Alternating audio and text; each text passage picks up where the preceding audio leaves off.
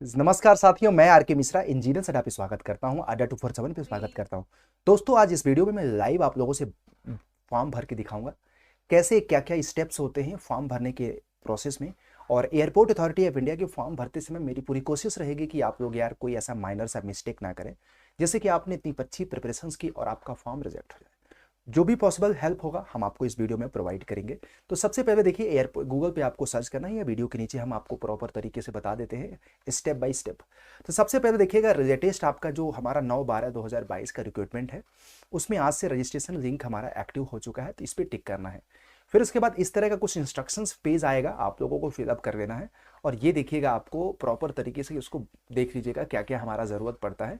तो आपको एक परमानेंट हमारा मेल आईडी मोबाइल नंबर होना चाहिए जो एक्टिव होना चाहिए, क्योंकि इसी पे हमारा यूज़र आईडी और पासवर्ड ज़्यादा है जाना होता है। फिर उसके बाद आपको गो टू द आपको क्या एप्लीकेशंस फॉर्म जाना है। फिर उसके बाद फोटोग्राफ एंड सिग्नेचर को लेकर के इंपॉर्टेंट इंस्ट्रक्शंस ये है कि 3 महीने से ज़्यादा आपका फोटो पुराना नहीं होना चाहिए, और पूरा का पूरा हमारा 100 KB का आपका मैक्सिमम होना चाहिए। Look straight on the camera, relax face होना चाहिए। Size of the scanned image should not भी इतना होना चाहिए। सिग्नेचर्स हमारा व्हाइट पेपर पे ब्लैक पेन से आपका साइन होना चाहिए, और ये भी हमारा 100 kg से बाहर नहीं होना चाहिए। Please scan the signature area only and not the entire page. आपको सिर्फ याद रखिएगा, यही गलती हो जाती है कि जो हमारा स्कैनिंग पार्ट होता है वो सिर्फ सिग्नेचर का एरिया होता है। अगर आप पूरे पेज को स्कैन करके उसमें अटैच करोगे, माइट भी हो जाता है, लेकिन बाद में वो रिजेक्ट हो जाता है। उसी तरह से फोटोज पे भी क्या होता है कि 80% आपका अराउंड फेस आना चाहिए। पूरे पेज आपने फोटोज का पूरा बड़ा हो गया, वो भी आपका दिक्कत है। जनरली जो लोग मोबाइल से खींचते हैं या किसी रैंडम ऐसे करके देखते हैं, जैसे प्रोसीड करोगे इस तरह का इंटरफेस ओपन होगा। और फिर उसके बाद आपको पर्सनल डिटेल कौन सी पोस्ट के अप्लाई कर रहे हो, फिर अपना जैसे ही करोगे तुरंत आपको एयरपोर्ट अथॉरिटी ऑफ इंडिया की तरफ से एक आपको यूजर आईडी और पासवर्ड आपके मोबाइल नंबर पे आ जाएगा और आपके मेल पे भी आएगा।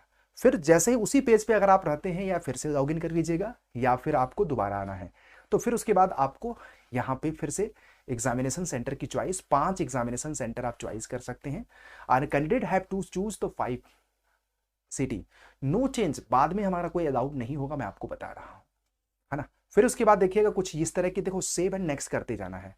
डेट ऑफ बर्थ में भरते समय कोई गलती नहीं करना है, मैं आपको अगेन बता रहा हूँ, डेट ऑफ बर्थ वाला पॉइंट्स बहुत इंपॉर्टेंट है, इसमें कोई गलती नहीं होना चाहिए। और एज कैलकुलेशंस का जो बेंचमार्क है वो याद रखिएगा, जो भी हमारा एयरपोर्ट अथॉरिटी ऑफ इंडिया का एज कैलकुलेशन है 21/1/2023 के रिगार्डिंग ही किया जाएगा।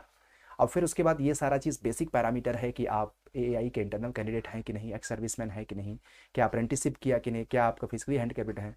फिर उसके बाद पर्सनल डिटेल में आ जाता है कि आपका पूरा नाम बाई डिफॉल्ट जो आपने दिया है, फादर्स नेम, मदर नेम, ये आपको 10th के बेसिस का, 10th के मार्कशीट के अकॉर्डिंग भरना है। थोड़ी सी भी स्पेलिंग मिस्टेक आपका डॉक्यूमेंट्स वेरिफिकेशन में आपके लिए समस्या, तो ऐसा हमें करना क्यों है यार। मैरिटल स्टेटस ये आप ये सोचा कि छुपा करके कर लोगे, तो नहीं, ये सारी चीज़ें। फिर उसके बाद मैं आपको बता दूं, फिर उसके बाद देखिएगा ये प्रॉपर तरीके से आपको आपके अपने परमानेंट एड्रेस वगैरह सब कुछ भरिएगा। तो जब प्रॉपर आपका permanent address, city, pin code सब कुछ हो जाएगा, फिर उसके बाद देखिएगा यहाँ पे पूछेगा कि जो आपका परमानेंट एड्रेस है करस्पॉन्डिंग एड्रेस सेम है, तो आप बोल दीजिएगा सेम है या डिफरेंट है, तो आप आपके रिक्वायरमेंट के हिसाब से। फिर एक इंपॉर्टेंट चीज़ है कि do you have the proficiency in spoken and written English at 10+2 standard, तो बोलिएगा यस। अगर है तो ऑब्वियस बात है यहाँ पे रिक्वायरमेंट है तो आपको यस ही करना पड़ेगा, अगर नहीं है तो आप फॉर्म नहीं भर सकते। आप उसके बाद you have passed English as a one of subject of the 10th और 12th। Important is that 10th अथवा 12th में अगर आप इंग्लिश एज ए सब्जेक्ट पास किए हैं तो आप इस फॉर्म को भर सकते हैं, किसी एक में आपका होना चाहिए, किसी एक में। फिर उसके बाद ग्रेजुएट्स कौन से पोस्ट, कौन से मतलब कि आपने बीएससी कर रखा है या बीटेक कर रखा है, तो आपको। फिर उसके बाद मोड ऑफ कोर्स, ऑब्वियस बात है रेगुलर होना चाहिए। डिग्री आपको ये स्पेशलाइजेशन भी, जैसे मैकेनिकल, सिविल, इलेक्ट्रिकल का डिग्री का नेम बैचलर डिग्री आपको होना चाहिए। और फिर इसके बाद please select the qualifying degree, तो आप उतना देख लीजिएगा जो भी आपका बीटेक होगा, बीएससी होगा। फिर उसके बाद 12th स्टैंडर्ड की सारी डिटेल्स भरना है एज पर द मार्कशीट। तो इसी मैं बोलता हूँ ना, मार्कशीट आपके सामने होना चाहिए, institute name, year of passing, select the anything. और आपको फिर उसके बाद यहाँ पे देखिएगा, candidate are advise to refer the minimum qualifications के लिए। फिर 10th का आपको सारा डिटेल्स आपको भरना है, 10th का आपको सारा डिटेल्स भरना है।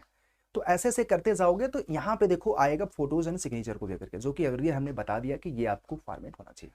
फिर एक बार मैं आप लोगों से रिक्वेस्ट करूंगा, कैप्चा भरने के बाद एक बार फॉर्म को पूरा का पूरा प्रीव्यू कर देना, फिर आई एग्री पे जाना है आपको। समझ रहे हैं मैं आपको क्या कहना चाह रहा हूँ। फिर उसके बाद देखिएगा जैसे ही आप जाओगे प्रीव्यू में क्या होगा कि आप पूरे अपनी सारी चीज़ों को एक बार रीड आउट कर लीजिए। अगर आपको लगता है कि नहीं किसी मॉडिफिकेशंस की ज़रूरत है, आप फॉर्म को मॉडिफाइड अभी भी कर सकते हैं, वरना अब क्या होगा कि 1000 रुपये आपका जाएगा, दूसरा मेल आईडी जाएगा, पासवर्ड सब कुछ अलग अलग होगा, तब यार दिक्कत होगी। फिर जैसे ही आप सबमिट पे करोगे, जैसे आप यहाँ पे सबमिट करोगे इस तरह का एक पॉपअप आएगा जहाँ पे कुछ पूछा गया आएगा, with respect to your privacy we shall collect the following information. तो आप बोल दीजिएगा भैया हम, क्योंकि नौकरी मरता क्या नहीं करता, आपको चाहिए ही चाहिए। फिर उसके बाद आपको पेमेंट गेटवे पे जाना पड़ेगा, आपका कोई से भी हो यूपीआई, आप किसी भी गेटवे को सेलेक्ट कर सकते हैं, नेट बैंकिंग को सेलेक्ट करते हैं, यूपीआई को सेलेक्ट करते हैं, कार्ड सिस्टम को भी सेलेक्ट करते हैं। अब पेमेंट करने के बाद आप लोगों को एक बात ध्यान देना है ना कि आप लोग यहाँ पे थोड़ी सी सावधानी रखिएगा कि स्टेटस जरूर चेक कर लीजिएगा, क्योंकि स्टेटस फॉर्म का जरूरत है। कभी कभी पेमेंट सक्सेस नहीं होता है और आप लोग आपके अमाउंट से कट जाता है जरूर, but airport authority of India को रिसीव नहीं होता है, क्योंकि हो सकता है माइट भी इंटरनेट की दुनिया में। तो एक बार फाइनल फॉर्म भरने के बाद आपको इसको प्रिंट आउट भी दे देना है फॉर्म का, और साथ साथ आपको पेमेंट की स्टेटस को बाद में 1 हफ्ते बाद 4 दिन बाद लॉगिन करके चेक कर लेना है। तो ये छोटा सा अपडेट था, फॉर्म थोड़ा सा बड़ा हो गया, बट मैंने स्टेप बाय स्टेप आपको प्रोसेस बताया, ठीक है। तो और इसकी एयरपोर्ट अथॉरिटी ऑफ इंडिया को लेकर के अगर आपको एआई की एलिजिबिलिटी को लेकर के कोई कन्फ्यूजन्स है तो आप लोग अड्डा 247 की ऑफिशियल वेबसाइट है, मैं आप लोगों को बता देता हूं, सो दैट कि वहां पे भी आप विजिट कर सकते हैं और वहां पे कंप्लीट इन्फॉर्मेशन है। तो गूगल पे सर्च करिए जाए एयरपोर्ट अथॉरिटी ऑफ इंडिया, तो ये देखिएगा पूरा का पूरा आपको डिटेल्ड है, सब कुछ है। और 364 वैकेंसी आज से ही एप्लीकेशन शुरू है, और इसमें बाकी तो 364 है, और यहाँ पे देखिएगा बीटेक और बीएससी दोनों ही अलाउड है। और बाकी तो सारे एज लिमिट हमारा मिनिमम देखिएगा 18 साल, मैक्सिमम हमारा कितना है 27 साल है। 1000 रुपये फीस है, और बाकी पेमेंट स्ट्रक्चर तो ये सारा नोटिफिकेशन हमने कर ही रखा है, ठीक है। तो thank you guys being the part of this sessions. Video अच्छा लगा तो लाइक शेयर करते रहिए। हाँ, एक बात जरूर बोलूँगा कि अगर आपको एयरपोर्ट अथॉरिटी ऑफ इंडिया की डेडिकेटेड प्रिपरेशंस करनी है तो हमारे पास वीडियो के नीचे कमेंट सेक्शन में लाइव बैचेस भी हैं, टेस्ट सीरीज भी हैं, वीडियो कोर्सेज भी हैं, और जिसमें मैथमेटिक्स का अलग है, फिजिक्स का अलग है, कंप्लीट का अलग है, complete physics mathematics and tech, non tech का भी अलग है, non technical as you wish, जैसी आपकी रिक्वायरमेंट हो आप ज्वाइन कर सकते हैं। ज्वाइन करते समय आपको माइट भी मैक्सिमम प्राइस अगर आपको लेस करना है तो Y201 कोड यूज कर सकते हैं दोस्तों। कौन सा कोड? Y201। मैं आपको लिंक सारा वीडियो के नीचे कमेंट सेक्शन में प्रोवाइड कर। ये इन्फॉर्मेशन मेरा आपको कैसा लगा आप लोग जरूर मुझे कमेंट सेक्शन में बताइएगा, और भी अगर आपको कोई डाउट होगा आप बताइएगा। I will try to clear your all doubts guys. Thank you, all the best for your next step.